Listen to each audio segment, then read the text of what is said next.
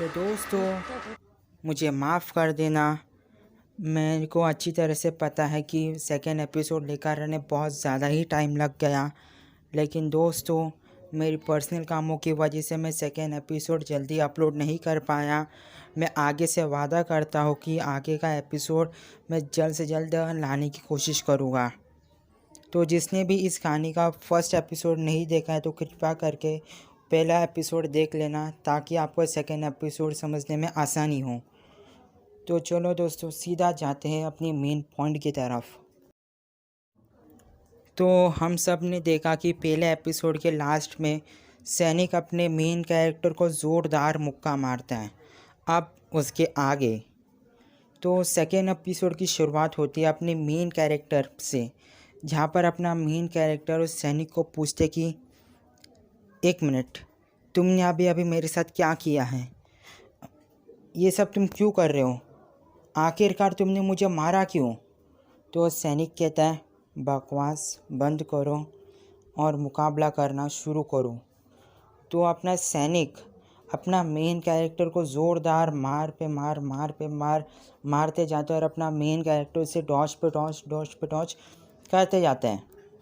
तो 5-10 मिनट के बाद अपना मेन कैरेक्टर को इरिटेट होना शुरू हो जाते हैं और अपना मेन कैरेक्टर यहाँ पर कहता है कि बस अब बहुत हुआ, कौन हो तुम और आखिरकार तुम हमसे चाहते क्या हो?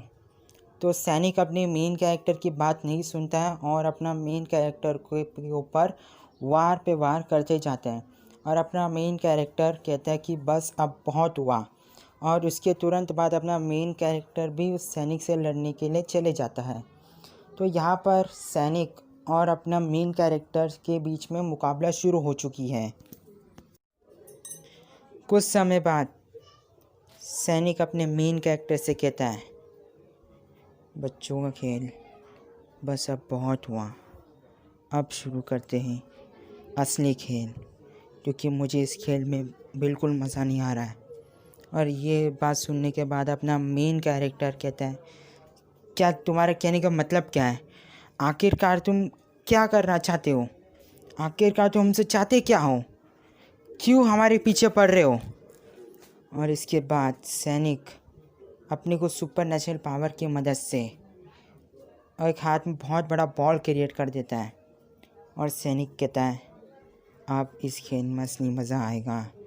और ये देखने के बाद अपना मेन कैरेक्टर डर जाता है, कहता है कि एक सेकंड रुको, ये सब क्या कर रहे हो तुम?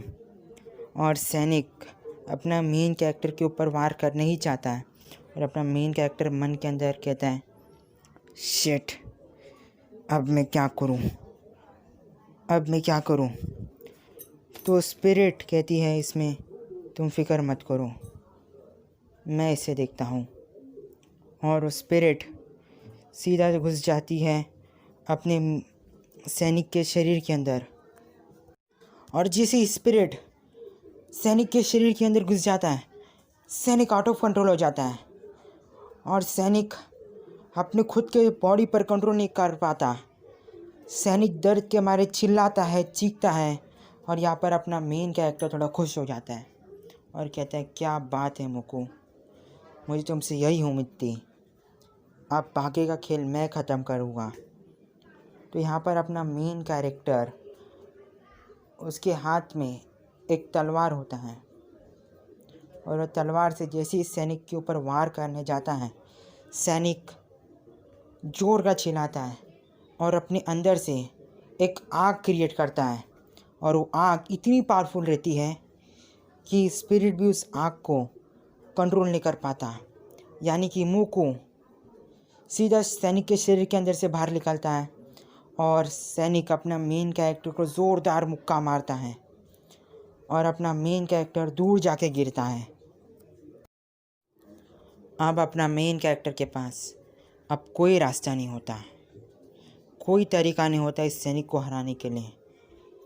आप अपने मेन कैरेक्टर को अब यहाँ पर अपने अंदर की शक्ति को जगाना ही होगा। तो अपना मेन कैरेक्टर उठता है और देखता है कि स्पिरिट यानी कि उसका मुकु अपने आप को संभाल रहा है, क्योंकि आग से पूरी तरह से जल चुका है और यहाँ पर सैनिक अपने अंदर से और आग क्रिएट करता है और अपने मेन कैरेक्टर के पास धीरे धीरे धीरे बढ़ रहा हुआ रहता है। तो यहाँ पर अपना मेन कैरेक्टर उठता है और कहता है अब मेरे अंदर इतनी भी ताकत नहीं बची है कि अब मैं इसे हरा सकूं, लेकिन अब मेरे पास अब कोई रास्ता नहीं है। और अपना मेन कैरेक्टर सैनिक से कहता है तुम्हें अब मेरी असली ताकत देखनी थी ना, ठीक है, लेकिन बाद में मुझे मत कहना मैंने तुम्हें चेतावनी नहीं दी थी। और यहाँ पर अपना मेन कैरेक्टर अपने अंदर से पावर को रिलीज़ करता है और रिलीज़ करने के बाद भागते भागते भागते अपने सैनिक को पंच मारने जाता है और सैनिक कहता है सामने से वार कर रहे हो, ये यहाँ पर कोई मजाक चल रहा है क्या। और तुरंत अपनी मेन कैरेक्टर की स्पीड बढ़ जाती है और पीछे से अपना मेन कैरेक्टर उस सैनिक को इतना ज़ोरदार पंच मारता है कि उस सैनिक बहुत दूर जाके गिरता है। और अपना मेन कैरेक्टर कहता है मैंने कहा था बाद में मुझसे मत कहना कि मैंने तुम्हें वार्निंग नहीं दी थी। मुझे अच्छी तरह से पता है कि तुम ये सब देख रहे हो, लेकिन अब मैं और इंतज़ार नहीं कर सकता। माफ़ करना, मेरे पास अब कोई रास्ता नहीं। तो दोस्तों आज के लिए बस इतना ही।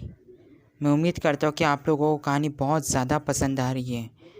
दोस्तों प्लीज़, आप सिर्फ खाली देख के जाते हो, लाइक और सब्सक्राइब नहीं करते। प्लीज़ दोस्तों लाइक कीजिएगा, सब्सक्राइब कीजिएगा और शेयर कीजिएगा, क्योंकि शेयर करना बहुत ज़्यादा इम्पोर्टेंट है दोस्तों, प्लीज़। तो दोस्तों आगे भी आपको इस कहानी में ऐसे ही मज़ा आते जाएगा।